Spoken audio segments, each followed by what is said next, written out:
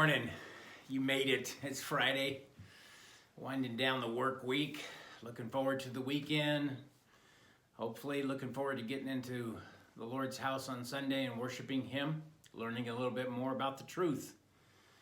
So this week we've been talking about how to build a life for God, and just some simple thoughts out of Deuteronomy chapter 6.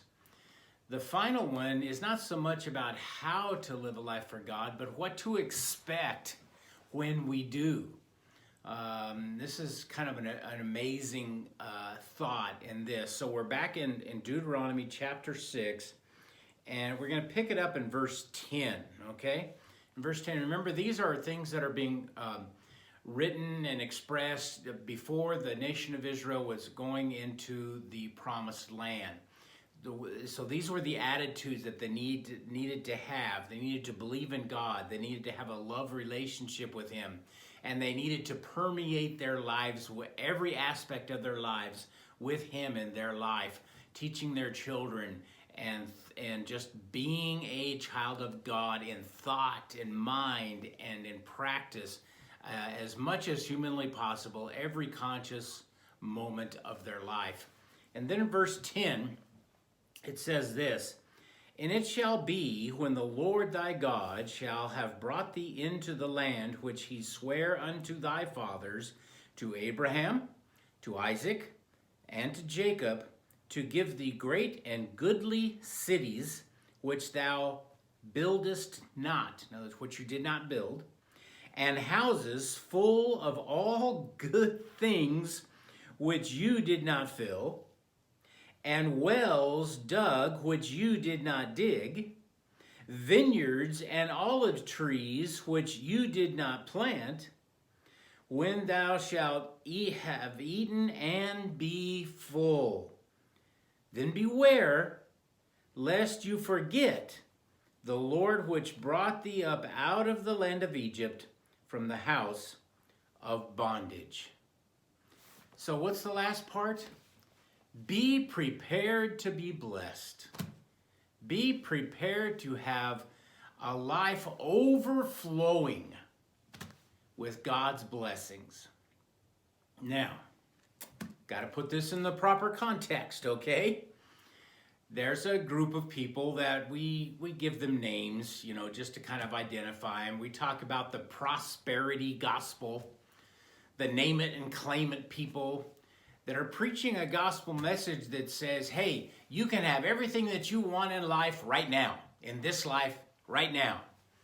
That's not what I'm talking about, and that's not what these scriptures talked about. Now, in the Old Testament context, obviously, he's talking about when they went into the promised land. God had long promised them that this land was bountiful, and that when they went into it, he was going to give it to them. Now, there were already people living in that land. What did that mean? That those people would be overthrown, and they would begin to inhabit cities that already existed. They would take over vineyards that had already been planted. They would partake of wells that had already been dug. All those things that he talked about are true. But obviously there's a larger truth here that he's trying to tell us. That is, you build your life for God, and you can look forward to blessings that you are not responsible for. God gives them out of His bountiful grace to us. Things that we don't deserve, and He flows them out to us. Now, does He do that in the here and now, in our current life experience? Sure, He can. But a lot of times it's not in the ways in which we think. So you probably, I'm going to go way out on a limb here and say that when you wake up in the morning and you check your bank account, you are not suddenly a multimillionaire or a billionaire. That's not the type of thing that we're talking about here. Now, God may bless you with more than you need financially so that you can be good stewards with that and honor Him. That might happen. Frankly, most of us don't live that way, do we? We are, if not absolutely, relatively paycheck to paycheck. We may have bank accounts, but you look at those bank accounts and think about how long they would last if something really drastic happened, you know. And many people experience that through this, you know, year and a half, 2-year period here of the pandemic, where they lost jobs or whatever, and if they had accounts, they quickly dwindled. So we're not talking only about just the material things of the here and now. Is God going to give us material things? You betcha. We are going to have very real material blessings of God. But obviously, it is a portion in the here and now, but ultimately fulfilled in his kingdom. During that 1,000-year millennial reign of Jesus Christ, if you built a life for him here and now, you will be bountifully blessed and even beyond into the new heaven and the new earth in the eternal age. So think about it.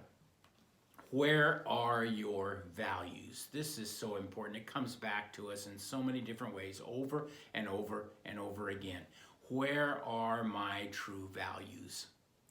Are they in how much money I have in the bank, how nice of a car I drive, how nice of a home I live in, what beautiful furniture we have, you know, all this stuff? Is that where all your value is? Well, guess what then? That's all you're going to enjoy if you reject God. But if you accept him, you believe in him and his promises, you will have a portion in this life that gets you by as long as you are alive.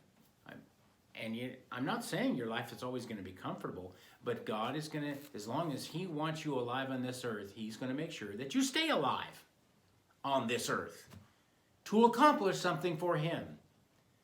But the great fulfillment of all the blessings of God is in his kingdom to come. And that's where our minds need to be. Thinking about the future. Thinking about God's ultimate promises. You know, I heard of a distant relative of mine that as a young, you know, boy and teenager or whatever, he knew that he was going to come into an inheritance. And that when he turned, whatever it was back then, I don't know if it was 18 or 21 years old, he was going to suddenly have a big bank account. But until that happened, his life was marginal as far as making ends meet. His life experience, you know, he wasn't just living in the lap of luxury. But if you talked to him and you asked him, hey man, you doing okay? Yep. You know, you might, man, you're asking, do you think you're a rich man? Yep, I just haven't got it yet, but it's coming. I'm rich. He saw himself already as very, very well off because he knew what he was going to get in the future. I wonder if we have that attitude as Christians. I am rich. God is good all the time. I already have everything I need in life and more than I need. It's already all mine. I just haven't received the full payments yet, but it's coming. And that's what we can look forward to if we build a life for God.